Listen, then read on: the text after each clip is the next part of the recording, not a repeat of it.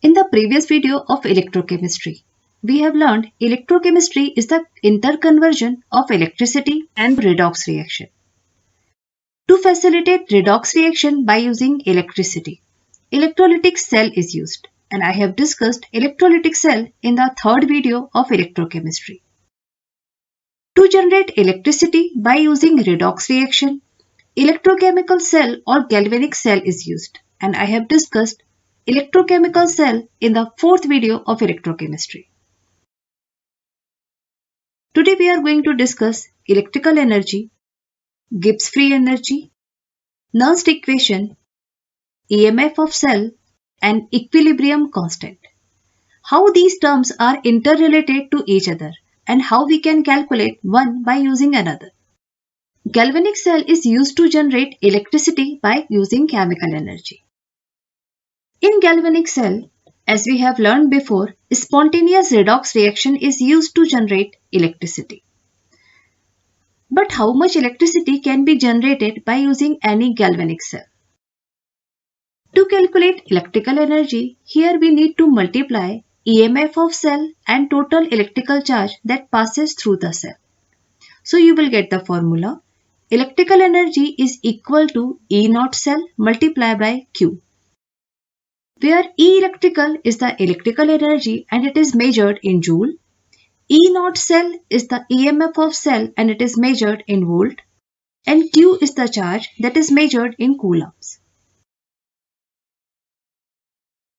In the previous video we have learned Q is also equal to N into F, where N is the number of moles of electrons involved in reaction and F is the Faraday, which is approximately equal to 96500 coulombs. So let's substitute the value of Q in this equation.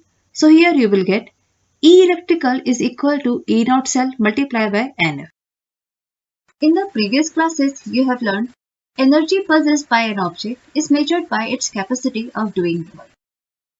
So that electrical energy possessed by any object can be measured by its capacity of doing electrical work. Or in other words, you can say electrical work is the energy utilized to do useful work. So that we can say electrical work done can be equal to electrical energy. We just have calculated the value of electrical energy and it is equal to E naught cell multiplied by NF. So when you replace the value of electrical energy in this formula, you will get W electrical will be equal to E naught cell multiplied by NF. Here for electrical work done, I have placed negative sign in front of E naught cell.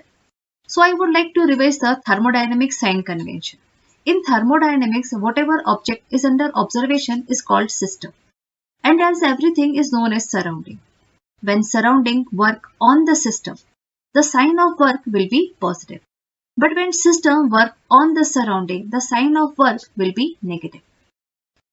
Negative sign here indicates that the electrical work is done by the system on the surrounding. Here system is galvanic cell. So let's see how much maximum work done can be obtained by a galvanic cell. We just have calculated W electrical and it is equal to minus E naught cell multiplied by NF, where negative sign indicates that the work is done by the galvanic cell. E naught cell is the maximum voltage that cell can achieve. Therefore, electrical work done, which is the maximum work done, can be done by the galvanic cell. That means W electrical will be the W maximum that can be done by any galvanic cell. So you will get the formula W electrical will be equal to W maximum and that is equal to minus E naught cell multiplied by NF. Now come to the another thermodynamic property, that is Gibbs free energy. Gibbs free energy is the energy available to do useful work. Specifically, change in Gibbs free energy represents the maximum amount of useful work. That means delta G naught will be equal to W maximum. If you remember thermodynamics, you know we can only measure change in Gibbs free energy, but we cannot measure absolute value of Gibbs free energy. So when you measure change in Gibbs free energy in standard condition, it will be equal to W maximum because it is the energy available to do useful work. and we just have calculated the value of W maximum, that is equal to minus E naught cell multiplied by NF. So here you will get delta G naught will be equal to minus E naught cell multiplied by NF. So let's revise what we have learned so far. Electrical energy can be measured by multiplying E naught cell with NF. And electrical energy is the ability of an object to do electrical work. So E electrical will be equal to W electrical, and it is equal to minus E naught cell multiplied by NF. Here negative sign indicates that work is done by the system. Here system is the galvanic cell. E naught cell is the maximum cell potential achieved by a galvanic cell. So W electrical will be equal to W maximum, and it is equal to minus E naught cell multiplied by NF. Gibbs free energy is the free energy available to do maximum work. So delta G naught will be equal to W maximum, and it is equal to minus E naught cell multiplied by NF. So let's start with the delta G naught, that is change in Gibbs free energy, and it is equal to minus E naught cell multiplied by NF. Gibbs free energy is a thermodynamic property, and it is the measure of spontaneity of the reaction. If the change in Gibbs free energy is positive, that means reaction will be non-spontaneous. But if its value is negative, then reaction will be spontaneous. For the spontaneous reaction, Gibbs free energy must be negative. In the previous video of electrochemistry, we have learned if E naught cell is negative, in that condition cell will not work. Now let's check the value of G naught for negative value of E naught. We have formula delta G naught is equal to minus E naught cell. So when you place negative value in this formula, you will get delta G naught will be equal to minus multiplied by minus value of E naught. When you open the bracket, you will get delta G naught will be positive. And we just have seen for the positive value of G naught, reaction will be non-spontaneous. So you will get the same result for E naught value and for G naught value. In both the conditions, cell will not work. And if E naught cell is positive, in that condition, cell will work. Now check the value of G naught if E naught cell is positive. So when you place the value in this formula, you will get delta G naught will be equal to minus multiplied by positive value of E naught. When you open the bracket, you will get negative value for the G naught. And we have seen for negative value, reaction will be spontaneous. So when E naught cell is positive, G naught will be negative, and in both the condition, reaction will be spontaneous or cell will work. Delta G naught is the change in Gibbs free energy under standard condition. Under non-standard condition, change in Gibbs free energy is represented by delta G. And the relation between delta G and delta G naught is delta G is equal to delta G naught plus RT ln Q. Now we are going to use this equation to derive Nernst equation. So we have the equation delta G is equal to delta G naught plus RT ln Q. And we know delta G naught is equal to minus E naught cell multiplied by NF. Delta G naught is the change in Gibbs free energy under standard condition. So that's why here we have used E naught cell, that is measured under the standard condition.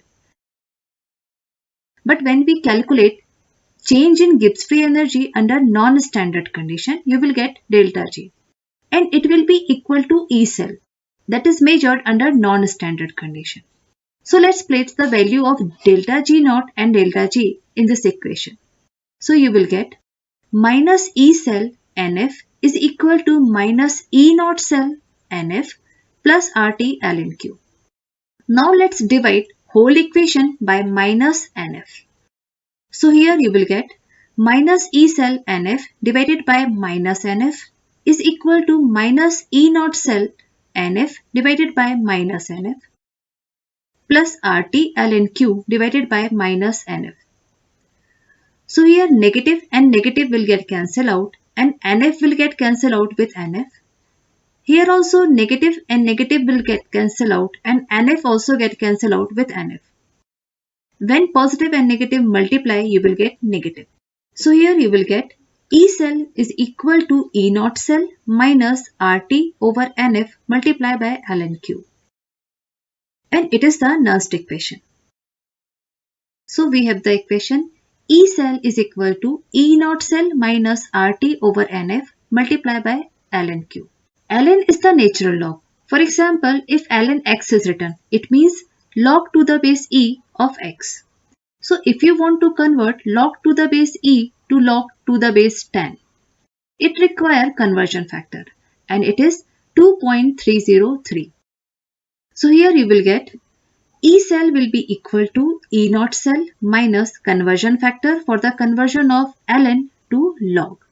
It is 2.303 multiplied by RT over NF log Q.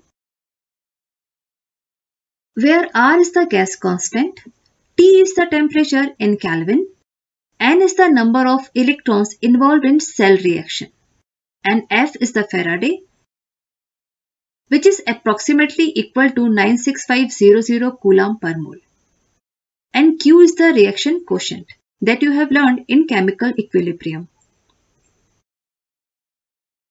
So here we have equation E cell is equal to E naught cell minus 2.303 RT over NF log Q. If the value of R is taken as 8.314 joule per Kelvin per mole and temperature is taken as 298 Kelvin and place the value of Faraday is equal to 96500 Coulomb per mole,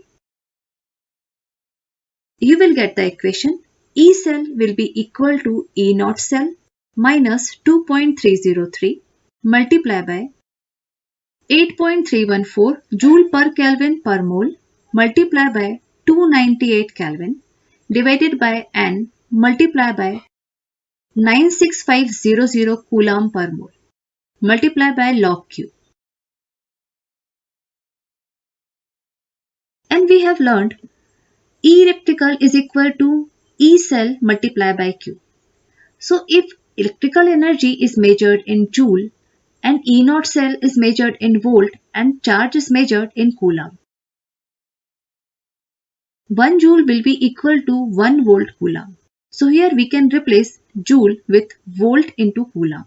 So here you will get E cell will be equal to E naught cell minus 2.303 multiplied by 8.314 volt Coulomb per Kelvin per mole multiplied by 298 Kelvin divided by N multiplied by 96500 Coulomb per mole multiplied by log Q. So per mole and per mole will get cancelled out, per Kelvin and Kelvin will get cancelled out, Coulomb and Coulomb will get cancelled out. Here E naught cell is measured in volt and this value is also comes in volt. So we can subtract both the values.